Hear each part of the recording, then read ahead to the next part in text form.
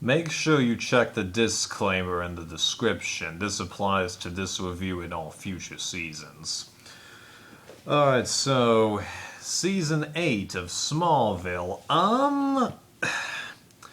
It didn't leave me with a good feeling, but on a critique standpoint, I'm trying not to complain that much because I am impressed with what they were able to put in here, and they did something that I was complaining about a few seasons back where they take it in a new direction, but it is definitely more comic book again, and I can't help but feel like that I've missed a bunch of stuff when I was watching this season because just there was a whole lot more to keep track of, and I don't feel the characters like I used to, and yeah, but I'm too far into the show to go back to the beginning, and I do know a good amount of the big stuff that happens here. You know, they introduced the character of Tez, and that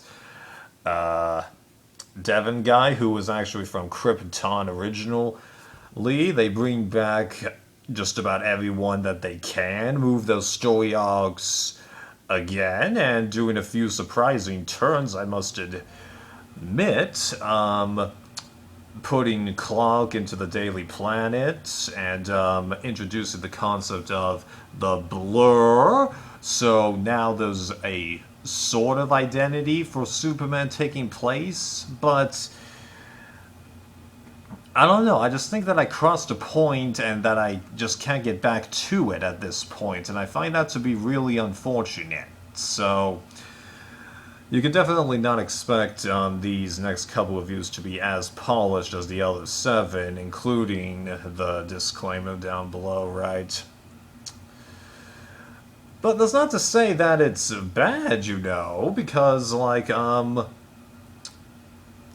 even though it was a bit much, the individual bits that they brought with all these new comic book characters, yeah, I tip my hat to them for their uniqueness and trying to expand the bit. Oliver, now that he's fully integrated into the cast here by having a place in the intro, even though I was fine with him before, then it's nice to see him doing his little bits of commitment. We got more of an advancement in Chloe's story arc, which I had wanted, although it did get repetitive, and as I've said before, I'm not a big fan of love triangles, so that kind of got to me, although the origins behind the other character, it added an interesting layer to the season, I must admit. And then Doomsday. Interesting foreshadowing when we actually got to him. I think I was a little, even though at the same time I was nervous for the characters, but as I think I've alluded to before, there is a big difference between being nervous for the characters and being nervous yourself while you're watching it. Yeah. So I knew that they'd come to some kind of resolution on that. Continuing Brainiac's meddlings. Yeah. It's clever, although again, there is a little bit of repetitive nature.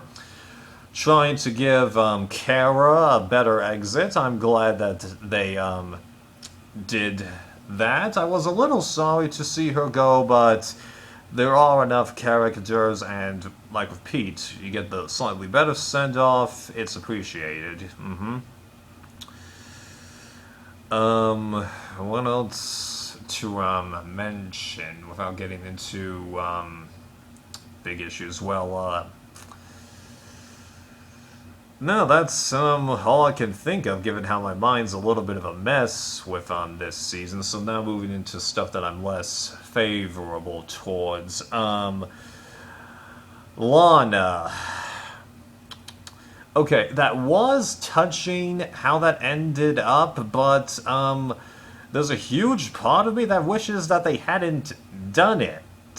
Because I think I did do some complaining about how things with her happened last season, but I remember when I first saw her and I was like, I was okay with what happened. It seemed like you had closed the book and then you bring her back again, and you could tell based on the intro that it wasn't the same as it was before, so yeah. And it was especially annoying that they did that after it seemed like Clark and Lois's relationship was growing, because the way that Lois admitted things and that lie detector thing, just you can't brush that under the rug. You can't. And all the clues that they were dropping in the last couple seasons, yeah. And and of course, it's super convenient that the final straw with Clark and Lana happened at a point where Lois isn't even in the equation, even though I'm sure there's a justification for it, I'm sure. But, yeah. What I'm just getting at is that I honestly was more okay with what happened to Lana at the end of last season, and this, while critique-wise it's nice for TV, personally I'm less satisfied with it, even though it is final. You get that justification, yeah. So Clark and Lois are going to end up together, because I can't see them introducing another love interest for him. Then there's the character of Tez, and like, I really can't pinpoint this chick, because like, she states multiple times that she's trying to help out Clark, Oliver, and Chloe, but just how much trouble she seems to keep creating is just,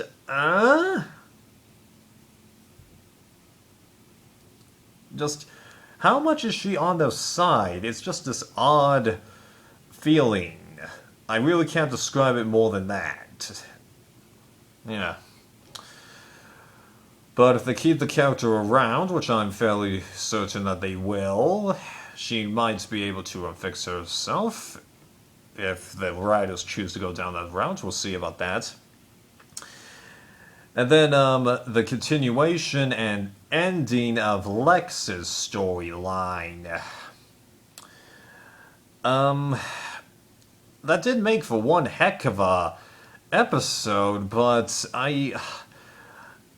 like, how did he even accomplish all of that? And then his shift into this? I don't know if I buy that.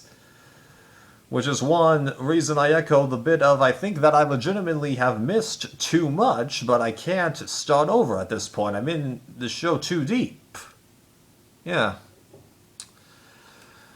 And, yeah, there was a hole after he left, but just, it's like, he goes on like that? I mean, like, I don't think that they could have really continued the character that much once they started putting this season story arcs into motion, because that's the interesting thing with this season. This season had a lot of long-term story arcs, but although I think most of the other seasons had that if you dig into it enough, but yeah.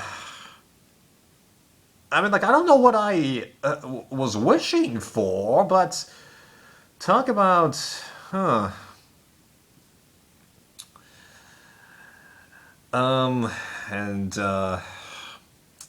then, like, how I think that they put Jarrell more, like, on the back focus for this season. It's like, we need to kind of, like, get a finish for that, you know?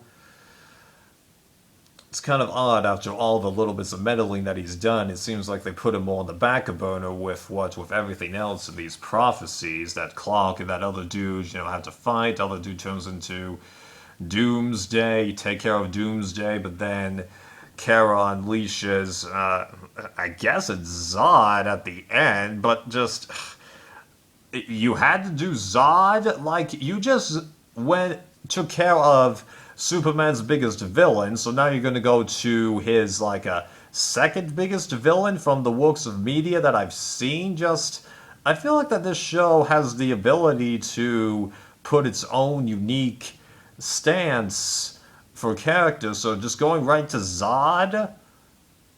Yeah, I'm a little disappointed by that. I mean, like, with all the Phantom Zone creations, it kind of makes sense that you might bring Zod in there, but Whew, yeah. So I think it's best that I stop it now because I'm definitely being repetitive and I've just done nothing really but complain, even though on a critique scale, I'd say, yeah, the writers did a lot of work and I can't be that angry with them, just I wish I felt better about this, but this happened and now I have to write it out.